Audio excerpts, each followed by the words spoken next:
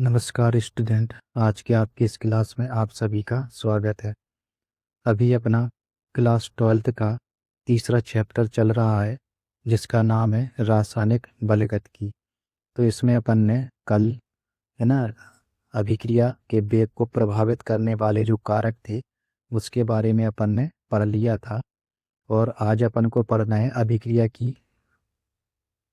अभिक्रिया वेग की सांद्रता पर निर्भरता। जो अभिक्रिया दर होती है ना, वो सांद्रता पर किस प्रकार से निर्भर होती है उसके बारे में आज अपन को पढ़ना है। तो हम जानते हैं जैसे जैसे कोई है ना रासायनिक क्रिया आगे बढ़ती है, ठीक है ना, जैसे जैसे कोई रासायनिक क्रिया है वो आगे बढ़ती है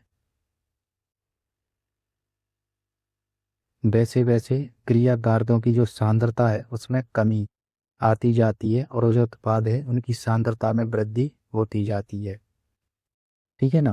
क्योंकि जो क्रिया का जो टोटल अभिक्रिया है वो क्या होती है, स्थिर है ना रहे, है ना। तो अभिक्रिया या क्रिया कारक की सांद्रता है वो किस प्रकार से है ना इसमें परिवर्तित होती है ना, तो वो अपन को इसमें देखना है।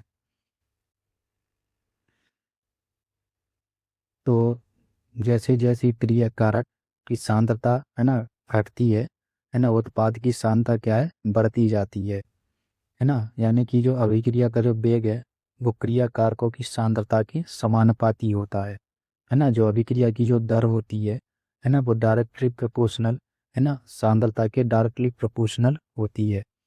ऐसा अपन ने पिछली कक्षाओं में भी पढ़ा है। अनेक साम्य अभिक्रियाएं होती हैं है ना कि प्रेक्षणों के आधार पर है ना, जो अनेक रासायनिक साम्य की जो अभिक्रियाएं हुई है ना, तो उनके प्रेक्षणों के आधार पर दो साइंटिस्ट थे है ना, कौन कौन से, ये थे गुल्डबर्ग और बागे। दो साइंटिस्ट थे कौन कौन से, गुल्डबर्ग और बागे है ना नामक वैज्ञानिकों ने सन 1867 में अभिक्रिया दर और क्रिया कारकों है ना की सांद्रता है एक गुणात्मक संबंध स्थापित किया। और इस संबंध को अपन द्रव्यानुपाती क्रिया का नियम कहते हैं। ये अपन ने क्लास 11th में भी पढ़ा था इसको, द्रव्यानुपाती क्रिया का नियम, ठीक है। क्लास 11th का एक चैप्टर था साम्यावस्था है ना, तो उसमें अपन ने ये द्रव्यानुपाती क्रिया का नियम पढ़ा था, ठीक है। यहाँ से फिर से इसके बारे में अपन को थोड़ा बहुत पढ़ना है ना। तो इस नियम के अनुसार किसी अभिक्रिया का जो वेग है वो क्रिया कारकों की सक्रिय मात्राओं है ना, ये जो एक्टिव मास होता है के गुणनफल के समानुपाती होता है ना। जो क्रिया की जो दर होती है ना, वो क्या होती है, जो आपके क्रिया कारक है ना, उनकी क्रिया कारक के गुणनफल के समानुपाती होती है। यदि दर बराबर अपन को लिखना है ना, समानुपाती का चिन्ह लगाना है, पहले ए की कॉन्सेंट्रेशन और प्लस है ना फिर पी की कॉन्सेंट्रेशन, इन दोनों के क्या है, ये मल्टीप्लाई में रहती है। और जैसे ही अपन ये समानुपाती का चिन्ह हटाते है ना, तो जब बराबर लगाते हैं तो ये कांस्टेंट आ जाता है ना। इसको अपन के से डिनोट करेंगे, इस कांस्टेंट को अपन है ना के से डिनोट करेंगे। और इसके बाद इसमें अपन क्रिया कारक की सांद्रता ये लिख देते हैं, है ना। तो किसी अभिक्रिया की दर है ना वो क्या होती है, जो क्रिया कारक होते हैं इसके सक्रिय द्रव्यमान जो एक्टिव मास है के समानुपाती होती है।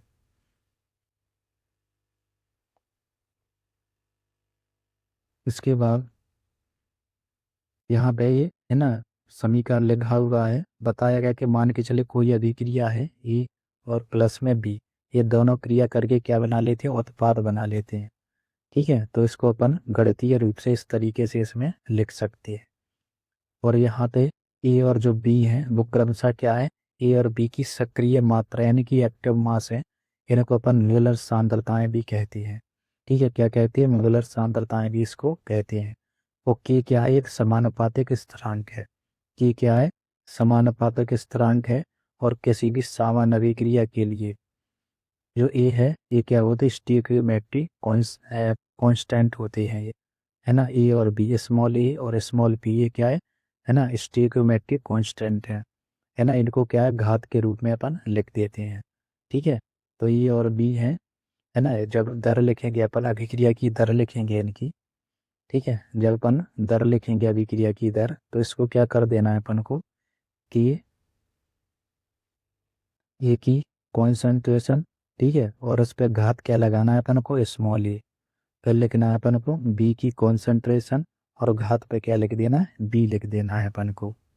ठीक है, तो इस तरीके से अपन इसका जो दर स्थिरांक है या जो दर नियम है या द्रव्यानुपाती क्रिया का नियम है वो अपन इसमें लिखते हैं।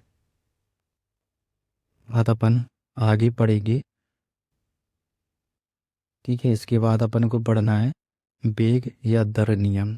ठीक है, वेग या फिर दर नियम तथा वेग और दर नियतांक। ठीक है, तो इसके बारे में अपन को पढ़ना है कि जो दर नियम है वो क्या होता है।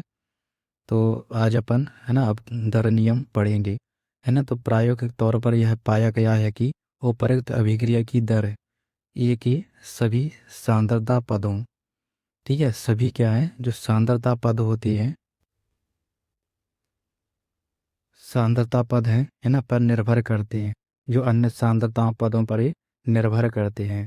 ठीक है, प्रायोगिक तौर पर अपन ने ये देखा है कि जो उपरोक्त अभिक्रिया दर है, ठीक है, जो उपरोक्त अपन ने जो समीकरण अभी देखा है ये वाला, ठीक है ना, ए के सभी सांद्रता पदों स्मॉल ए और बी के सांद्रता पदों स्मॉल बी पर निर्भर ना करके अन्य सांद्रता पदों पर निर्भर करती है।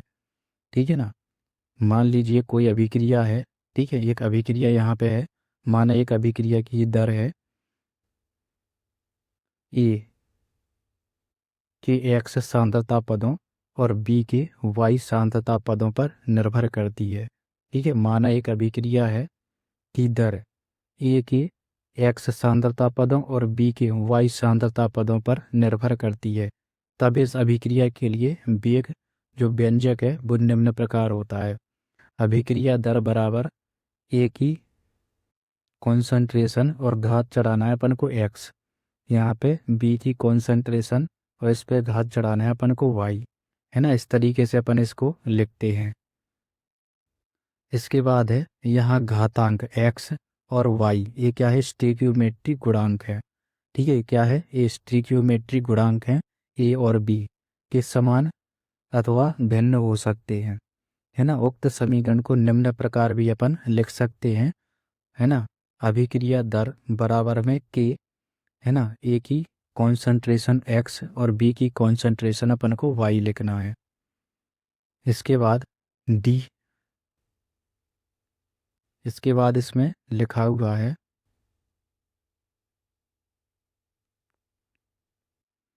माइनस डी, है ना, रिएक्टेंट। ये अति सूक्ष्म समय के लिए होती है। ठीक है ना, ये क्या है, अति सूक्ष्म समय, अत्यंत कम समय में, है ना, अपन डी लगाते हैं, है ना। तो अपन को जो रिएक्टेंट होता है उसमें माइनस लगाना है अपन को, है ना, माइनस लगाना है। तो minus D reactant upon D T, या फिर इसको अपन माइनस डी आर शॉर्ट में लिख सकते हैं, D R upon D T.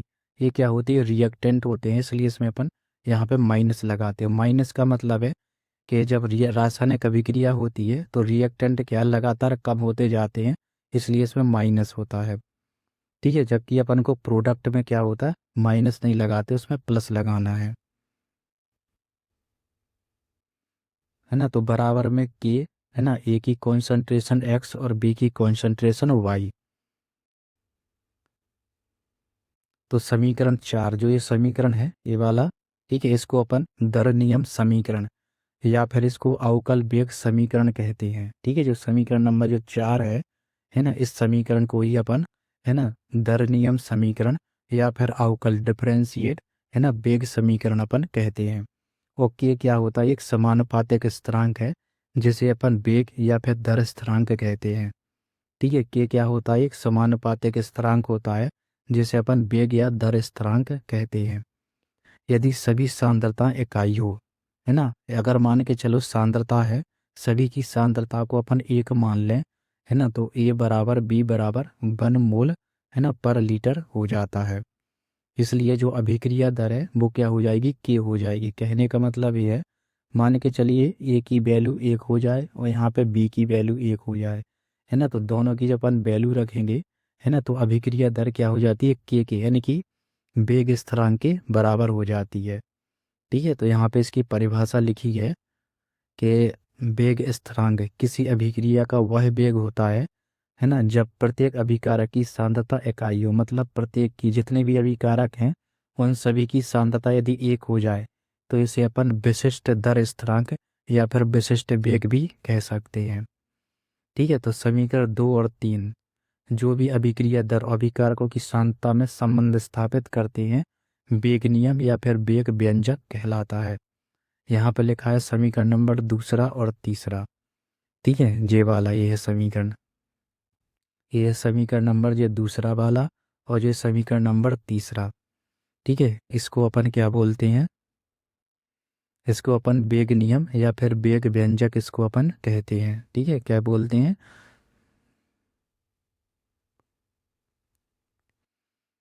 वेग व्यंजक इसको अपन कहते हैं। इसके बाद है वेग या दर स्थिरांक के अभिलक्षण। ठीक है, तो इसके कुछ अभिलक्षण दिए गए हैं, है ना, कि क्या होते हैं। जो वेग स्थिरांक है अभिक्रिया की वेग का मापक होता है। ठीक है, जो अभिक्रिया का वेग है मतलब अभिक्रिया की दर है वो किस प्रकार की है, वेग स्थिरांक पर निर्भर करता है। इसका मान जितना अधिक होगा, है ना, अभिक्रिया उतनी ही तीव्र वेग से या तीव्र गति से होगी। ठीक है, तो वेग स्थिरांक यानी के का मान ज़्यादा होगा, है ना, तो अभिक्रिया की दर भी क्या हो जाती है, बहुत अधिक तेज हो जाती है। के बाद दूसरा है इसमें प्रत्येक अभिक्रिया के लिए एक निश्चित ताप पर इसका मान जो होता है वो निश्चित होता है। ठीक है, तो प्रत्येक अभिक्रिया के लिए एक निश्चित ताप पर इसका मान भी क्या होता है, निश्चित होता है। इसका मान, है ना, ताप परिवर्तन पर परिवर्तित होता है, यानी कि तापमान जैसे परिवर्तित होगा, है ना, तो इसका मान भी यानी कि के का मान भी क्या है, परिवर्तित होता जाता है। इसका मान है क्रियाकारकों की सांद्रताओं पर निर्भर करता है। जो क्रियाकारक की जो सांद्रता होती यानी कि ए की कॉन्सेंट्रेशन और बी की, यदि दो क्रियाकारक है ना, तो इनकी जो सांद्रता है उस पर ये निर्भर करता है के का मान। ठीक है, के का मान क्या है, इस पर निर्भर करता है। वेग स्थिरांक की इकाइयाँ अभिक्रिया की कोटि पर निर्भर करती है। अभी अपन पढ़ेंगे आगे अभिक्रिया की कोटि क्या होती है। ठीक है, तो इस पे जो जितनी घात होती है ना, क्रियाकार मान चलो 2 है। ठीक है, एक घात ये हो गई, एक घात, तो अभिक्रिया की कोटि 2 हो जाएगी।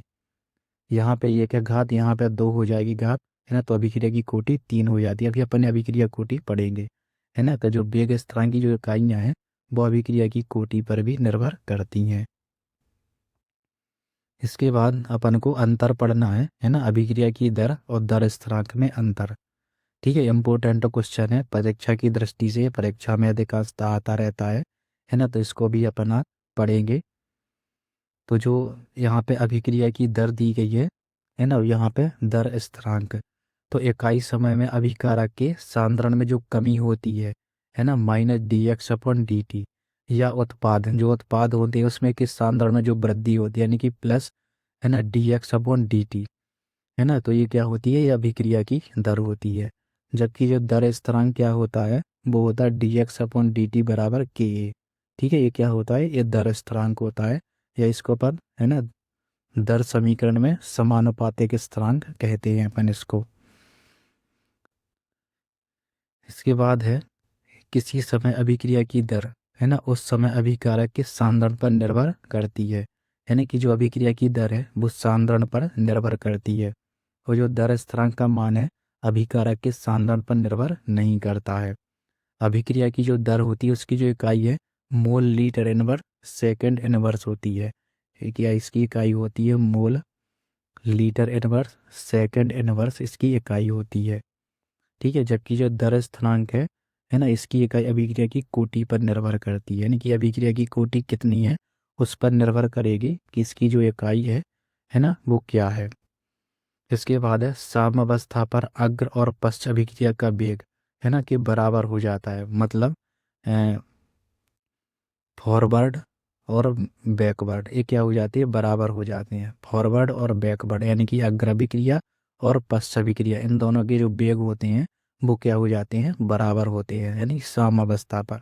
ठीक है, साम्यावस्था पर इन दोनों की क्रिया जो वेग होते हैं वो क्या हो जाते हैं, बराबर हो जाते हैं। इसमें क्या होता है, जो साम्यावस्था है ना, तो इसमें साम्यावस्था पर अग्र अभिक्रिया के वेग नियतांक और पश्च अभिक्रिया के वेग का नियतांक, है ना, साम्य स्थिरांक के बराबर हो जाता है ना। जैसे ही साम्यावस्था स्थापित होगी, है ना, तो अग्र अभिक्रिया का वेग का नियतांक और पश्च अभिक्रिया का वेग नियतांक है ना, इन दोनों का जो अनुपात है वो साम्य नियतांक के बराबर हो जाता है। ठीक है, तो इस तरीके से अपन ने इन दोनों में अंतर पढ़ा। आई होप कि आपको ये समझ में अच्छे से आया होगा। अगली क्लास में अपन नेक्स्ट टॉपिक के साथ है ना पढ़ेंगे, और आज की क्लास में अपन इतना ही पढ़ते हैं। ठीक है, और आज की क्लास अपन इतना पढ़ करके इसको समाप्त करते हैं।